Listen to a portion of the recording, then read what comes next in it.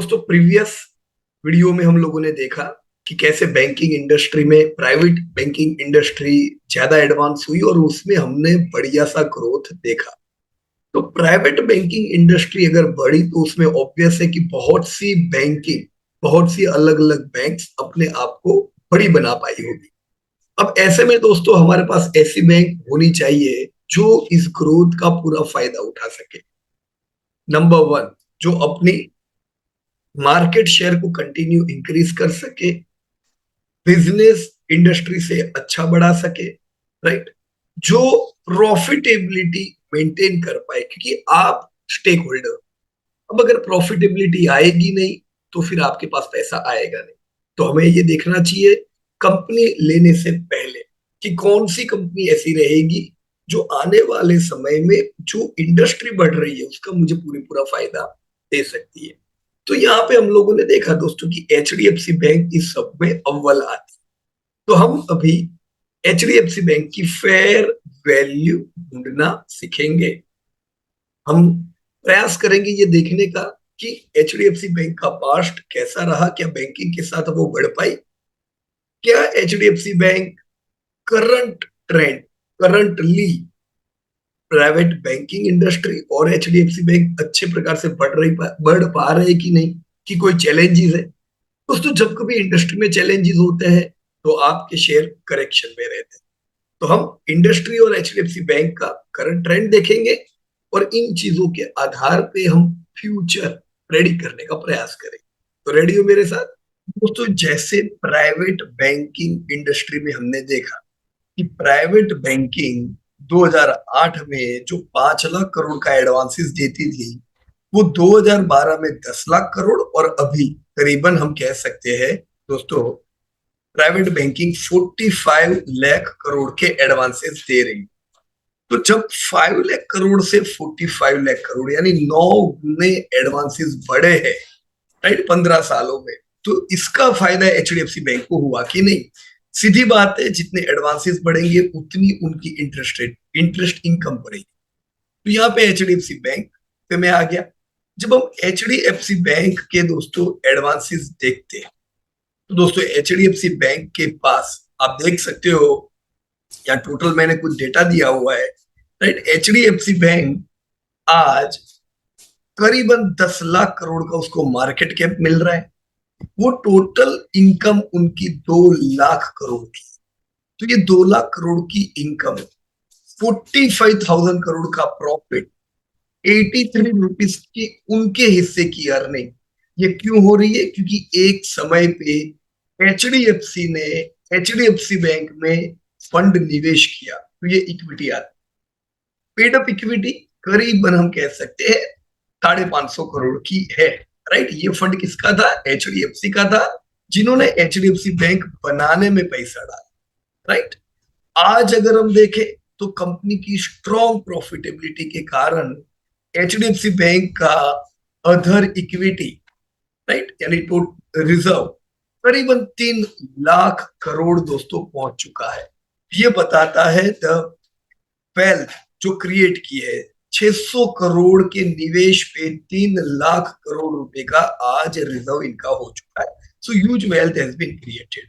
दोस्तों हमने यहाँ पे जब डेटा देख रहे थे तो हमने सीएआर, कैपिटल एडिक्वेसी रेशियो और एनपीए, क्रेडिट डिपॉजिट रेशियो, ये सब डेटा देखे थे, राइट, कि भी कितनी डिपॉजिट पे कितनी क्रेडिट दे रहे हैं, राइट। तो एचडीएफसी बैंक हमने देखा 88% है। आप यहाँ पे भी देख सकते हो कि एचडीएफसी बैंक के पास डिपॉजिट करीबन दोस्तों हम कह सकते हैं 18 लाख करोड़ की दोस्तों उनकी deposit, right. Advances 16 lakh crore के, करीबन 16-17 लाख करोड़ के। तो यही वो रेशियो आके आपका बैठ गया, राइट। तो हम यहाँ से भी देख सकते हैं एडवांसेस टू डिपॉजिट रेशियो कैसा है। कुछ बोरोइंग भी लेना पड़ता है, राइट। तो बोरोइंग इन्होंने लिया हुआ है करीबन 2.5 लाख करोड़ का। ये सब मिलके दोस्तों एक कंपनी पे एक कॉस्ट ऑफ बोरोइंग जिसे हम कहते हैं, राइट। एसेट्स एचडीएफसी बैंक की 25 लाख करोड़ की, फेस वैल्यू 1 रुपए का। ब्रांचेस दोस्तों 7821 इनकी ब्रांचेस है, जो इस साल 1479 से बढ़ी है। तो भी ये तो 10 साल पहले भी मेरे को लोग बोलते थे ये तो बहुत बढ़ चुकी है, अब क्या एक्सपांड होगी।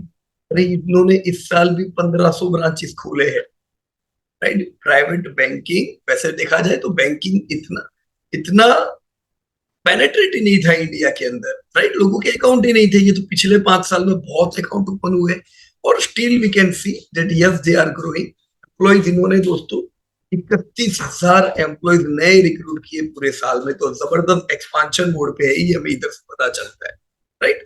अब इन्होंने ग्रोथ कैसा किया? देखो 1995 में तो शुरुआत हुई बैंकों की इंडिया में, इनको भी लाइसेंस तभी मिला गया कि आईसीआईसी बैंक ने लाइसेंस तब लिया, राइट। कोटक का सबसे पहले लाइसेंस आ गया था। अब 1996 में जो 100 करोड़ का टर्नओवर करते थे, क्योंकि उस समय एडवांसेस, आज के समय में ये 2 लाख करोड़ पहुंच चुका है कंसिस्टेंट ग्रोथ के साथ। जब हम लोग इसको 2008-9 में देखते थे दोस्तों, 12-13 हजार करोड़ का धंधा था, और उस समय भी लगता था ये तो बहुत बड़ी बैंक है, अब बढ़ेगी कि नहीं। सोचो 12,000 करोड़ से आज 2 लाख करोड़ पहुंची है, और अभी भी ये 2 लाख करोड़ का जो सेल्स है ये इंडिया के लिए छोटा है। पॉपुलेशन के हिसाब से दोस्तों इंडिया में बैंक होनी चाहिए जो करीबन 10 लाख करोड़ का धंधा करे। जीडीपी पर कैपिटा कम होने की वजह से क्रेडिट लोग कम लेते हैं। अब जैसे जीडीपी पर कैपिटा बढ़ रहा है, उसकी पॉजिटिव इफेक्ट आपके बैंक के धंधे पे आएगी दोस्तों, right. So yes, 2 lakh crore का टर्नओवर है। मुझे उम्मीद है हम इस साल 2.5 लाख करोड़ का टर्नओवर देखेंगे। चलो एक लैंडमार्क पार किया। देखो इंडिया में एक और कंपनी बढ़ी जो 2 लाख करोड़ का धंधा कर पा रही है। So there are limited companies in India for doing this type of business. 2030 तक हम देखेंगे ये दूसरा लैंडमार्क 5 लाख करोड़ पार हो जाएगा, 6 लाख करोड़ का टर्नओवर। एंड 2035 में हम इनको 12 लाख करोड़ पार करता हुआ देखेंगे। तो इंडिया में बैंक्स 10 लाख करोड़ पार कर पाएगी, पर वो कब? 2035। आज चाइना में ऑलरेडी दोस्तों ऐसी बैंक्स है, राइट। अब अगर धंधे बढ़े तो प्रॉफिट बढ़े। अब प्रॉफिट दोस्तों बढ़े वो ऑब्वियस है, बढ़ने ही चाहिए, पर हर बैंक कंटिन्यू प्रॉफिट नहीं कर पाती है दोस्तों। बहुत सी बैंक ऐसी होती है जो मुश्किल समय में लॉसेस में आ जाती है, राइट। यहाँ पे आपने देखा एचडीएफसी बैंक ने जो एक बार 1996 यानी सिंस इंसेप्शन जो इन्होंने प्रॉफिट किया, उन्होंने कभी भी they never made losses even during the worst time of 2008, worst time of 2002, right. तो 2000 के समय का जो एक बुरा समय आया था ना, वो समय पे इन्होंने नुकसान किया, ना 2008 में नुकसान किया, ना ही कोविड में नुकसान किया। तो पूरे आपको बुरे समय से ये लोग अपनी नैया को पार कर पाए। 45,000 यानी करीबन हम कह सकते हैं 50,000 करोड़ का इनका प्रॉफिट। ये भी एक बड़ा लैंडमार्क है दोस्तों। हम अगले साल 50,000 करोड़ पार कर देंगे, right. Again there are limited companies, अभी तो खाली आपकी ये रिलायंस है जो 50,000 करोड़ से ज्यादा प्रॉफिट करती है, राइट। टीसीएस और एचडीएफसी बैंक अब इस साल एंट्री ले लेने चाहिए। अब जब प्रॉफिट बढ़ते हैं आपकी अर्निंग बढ़ती है। आप इनके मार्जिन हिस्टोरिकल देख सकते हो दोस्तों, हमेशा मार्जिन रेंज बाउंड चलते हैं। मार्जिन में आप उम्मीद नहीं करोगे कि वो बढ़ते ही जाए। Over the period of time margin expand होते हैं, और मार्जिन बहुत प्लस माइनस आप देख सकते हो, बड़े घटे ही चलता है। जो इन्होंने एडवांसेस दिए, जैसे आज इनके एडवांसेस हम देख रहे हैं 16 लाख करोड़ दोस्तों, उसमें हमेशा एचडीएफसी बैंक की एनपीए काफी कम रही, राइट। हमने अभी देखी कि अभी भी बहुत सी बैंक है जैसे आईसीआईसी बैंक जो इनसे बड़ी थी 2008 में, पर उनकी एनपीए इतनी फेवरेबल नहीं थी। तो इनका आईसीआईसी बैंक की आने वाले समय में ब्रेक लग गई, और एचडीएफसी ने उनको बहुत पीछे कर दिया। क्यों? क्योंकि क्वालिटी बिजनेस था एचडीएफसी बैंक के साथ, राइट।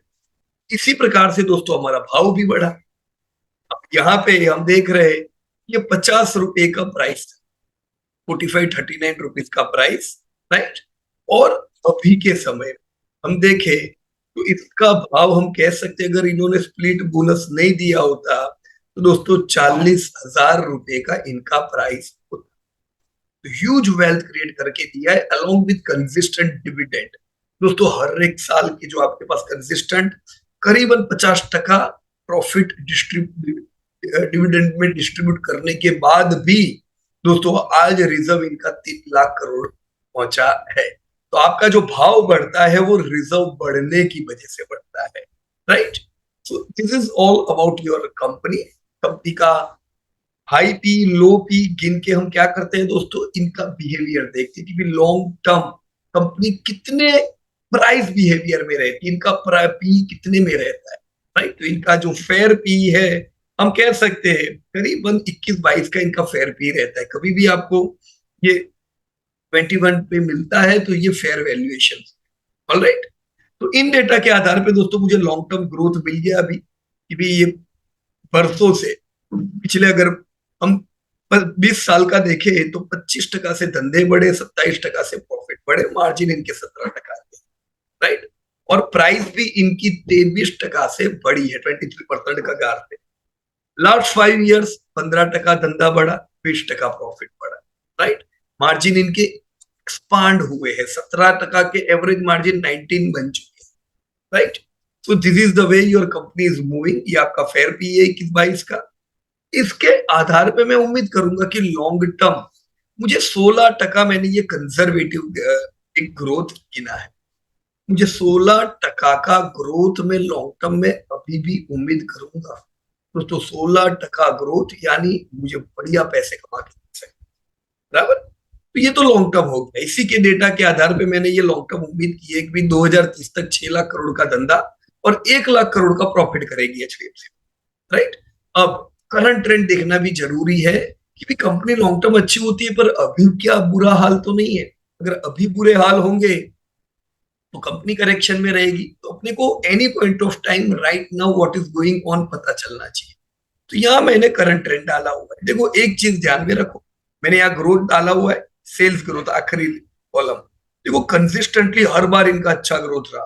ग्रोथ बिगड़ा कब? एक इधर 2010 में आप देख रहे हो कि इनका ग्रोथ कम हो गया था, राइट। वो जो मंदी का माहौल चल रहा था वो टाइम पे 2010। उसके अलावा कभी भी इनका ग्रोथ सिंगल डिजिट में नहीं गया। पर कोविड के 2 साल एचडीएफसी बैंक का ग्रोथ नहीं हुआ। तो ये एचडीएफसी बैंक का लो ग्रोथ नहीं था, ओवरऑल बैंकिंग लो ग्रोथ थी। 6%, 7% से जब बैंक बढ़ेगी, वैल्यूएशन आपके 25 के होते हैं, तो बैंक चलती नहीं है, कंपनियां चलती नहीं है, करेक्शन में रहती। तो 2 साल एचडीएफसी बैंक करेक्शन में थी, कारण था लो ग्रोथ।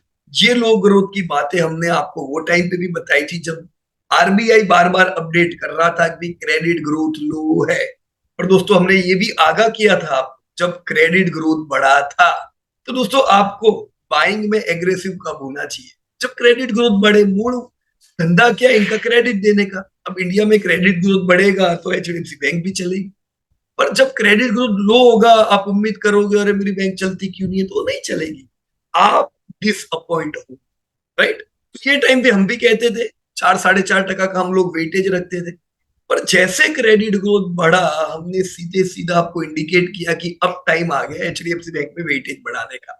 और हमने 7% का वेटेज रिकमेंड किया था एचडीएफसी बैंक में। क्यों? क्योंकि वैल्यूएशन भी अच्छे थे, ग्रोथ भी अच्छा था। और अब देखो ये साल आ गया 22% का ग्रोथ। तो ये साल आपने एचडीएफसी बैंक में रिकवरी भी देखी है, राइट। अब ये साल तो बाजार पूरा 2 साल से करेक्शन पे है, पर एचडीएफसी बैंक 2 साल से नहीं। एचडीएफसी बैंक इस साल तो अच्छा रिकवर हुआ है। क्यों? इसी क्रेडिट ग्रोथ के चलते।